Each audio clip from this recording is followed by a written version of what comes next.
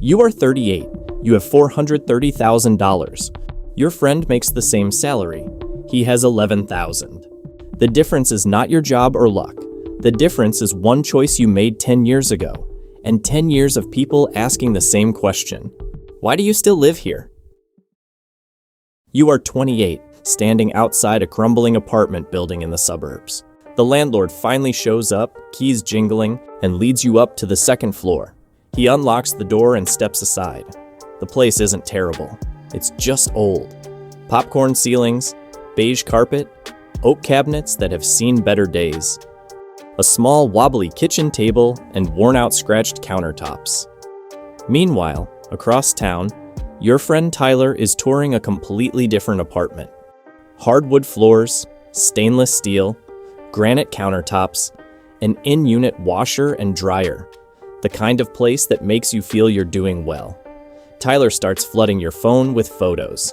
He tells you there's another vacant unit right next to his. You could take it today if you wanted. You look at the photos of the flawless modern kitchen on your screen. Then you look back at the worn-out kitchen table in front of you. The landlord hands you the lease. The rent here is half of what Tyler is about to pay. You hesitate. You tell him you need a night to think about it. That night, you go back to your cramped shared apartment. Tyler is already packing boxes, drinking a beer, and celebrating. You go to your room, sit on the edge of your bed, and stare at the paperwork until midnight. The next morning, you drive to see Bill for advice, your father's oldest friend. 26 years in finance. And for 26 years, he's lived in the exact same modest suburban house. Nothing about Bill's place looks impressive. The furniture is dated. The carpet should have been replaced a decade ago. And yet, Bill doesn't owe a single dime to a bank. The house belongs entirely to him. You hand Bill the lease. He reads every page in silence, then sets it down on the kitchen table. You tell him about Tyler's apartment, the hardwood floors, the luxury finishes, the nagging feeling that everyone your age is moving ahead faster than you. Bill listens quietly, then points out the kitchen window. Across the street is a newer house, bigger, nicer, the kind of place you imagine someone like Bill would live in. I could have lived there. You wait for him to continue, but he keeps his eyes on the window. Most people spend their lives trying to look successful. Then he taps his knuckles against the worn-out kitchen counter. I spent my life trying to become successful. You look down at the lease and sign it. 10 years later, you'll look back and realize that single signature changed the entire course of your life.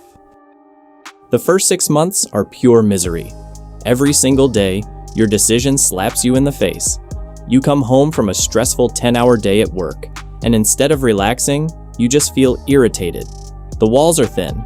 You can hear your neighbor's television through the drywall. The couch is stiff, the plumbing is loud, and the entire space feels stuck in time. But the psychological toll hits hardest when you leave the apartment. On Saturday, you drive over to Tyler's place to watch the football game. You pull up to his building, and it looks sharp. The lobby is clean, the hallways are bright, and when you walk into his apartment, it just feels right. It's modern, it smells new, and it's laid out perfectly. All your friends are there, sitting on his new couch, drinking beers, and talking about how great the area is. Tyler is floating around the room refilling drinks, showing people the balcony, talking about where he's going to put the new TV. You sit there on the edge of the couch feeling completely out of place. One of your friends looks at you. Hey, you still living in that ancient shack on the wrong side of town? Everyone laughs. You laugh too, but it stays with you. Driving home that night, the silence in your car is deafening. You walk into your ancient shack, turn on your buzzing lights, and wonder if Bill was wrong. But then, you open your banking app. The number won't impress anyone, but it's growing. 6 months after signing the lease, you've accumulated just over $5,000. It isn't life-changing. Looking at Tyler's apartment, sometimes it doesn't even feel worth it. But you've made your choice, so you keep going. A year goes by. Rumors start spreading around the office. Hiring freezes, budget cuts, tense whispers near the coffee machine. Then, one Tuesday morning, an email lands in everyone's inbox. Mandatory company meeting. Nobody knows what's happening, but everybody thinks they do. For the rest of the day, nobody gets any actual work done. At lunch, people aren't talking about sports or weekend plans. They're talking about layoffs. That evening, Tyler calls you. For the first time since he moved into his new apartment, he sounds incredibly nervous. What would you do if they cut us? You don't have an answer. But after hanging up, you open your banking app. The number is now just over $20,000. You stare at it. It's not life-changing. But for the first time in your adult life, losing your job wouldn't immediately become a crisis. The next morning, everyone shows up to the company meeting. No layoffs, no cuts.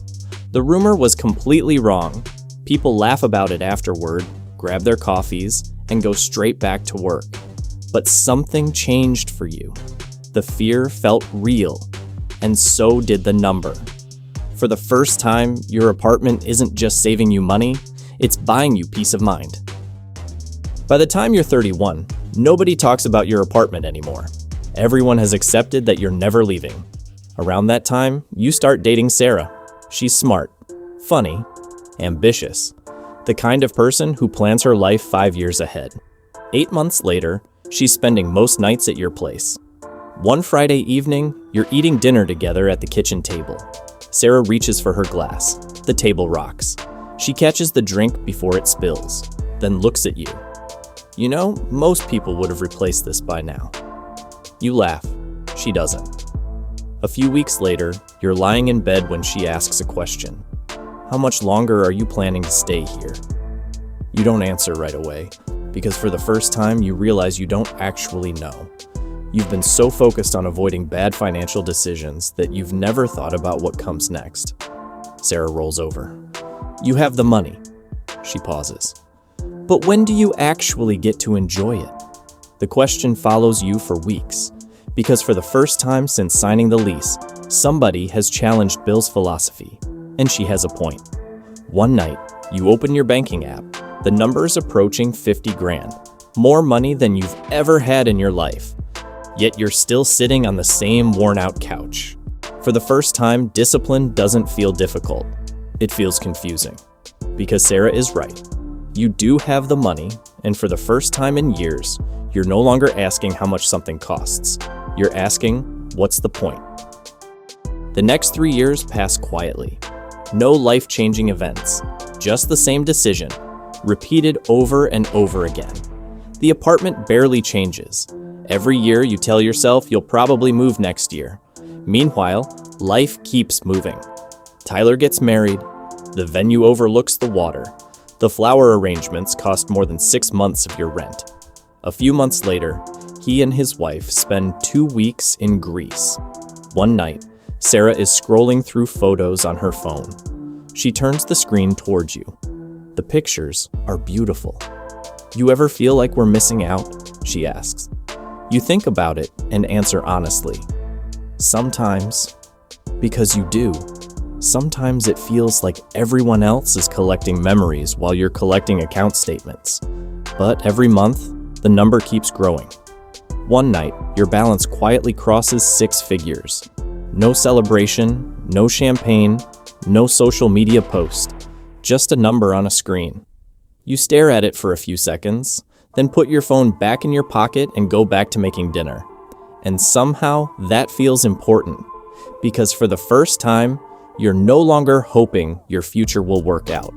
You know it will. You are 38. One afternoon, Tyler calls. You haven't talked much lately. Life got busy. Kids, work, bills, the usual. You meet for lunch. It's the first time you've seen him in years. Not much has changed, except the conversation. Years ago, Tyler talked about apartments, then vacations, then upgrades. Now he talks about payments. The mortgage, the credit cards, the car, the cost of everything. At one point, he shakes his head. I don't know where all my money goes. You don't answer, because you know. That night, you're sitting on the same worn-out couch when Sarah walks in. She sits beside you. "You know," she says, "we can pretty much do whatever we want now." For a moment, you don't answer. You just open your accounts. Checking, savings, investments, everything. The total is just over $430,000. You stare at the number. Then you think about Bill. His old house. The lesson he was trying to teach you. And suddenly you understand what he meant.